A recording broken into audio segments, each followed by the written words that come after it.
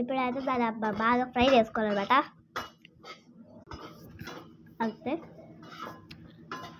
అలా అటు ఇటు మిక్స్ చేయాలన్నమాట. దాన్ని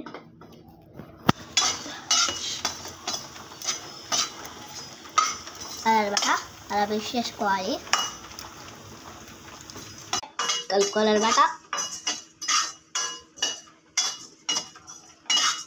అది బాగా ఇది ఫ్రై అయ్యేంత వరకు ఫ్రై చేసుకుంటూ ఉండాలా. దూరంగా గోధుమ రంగు వచ్చే వరకు ఫ్రై చేయాలి. ఫ్రై చేస్తూనే అన్నమాట. ఎందుకంటే అది జీడిపప్పులు వేసి పెట్టుకోవాలట. ఫ్రై చేసుకుని అక్కడే పెట్టేసాము. ఇది అక్కడే ఉండేయాలా. దాని జీడిపప్పులు తీసుకుందాం. దాని జీడిపప్పులు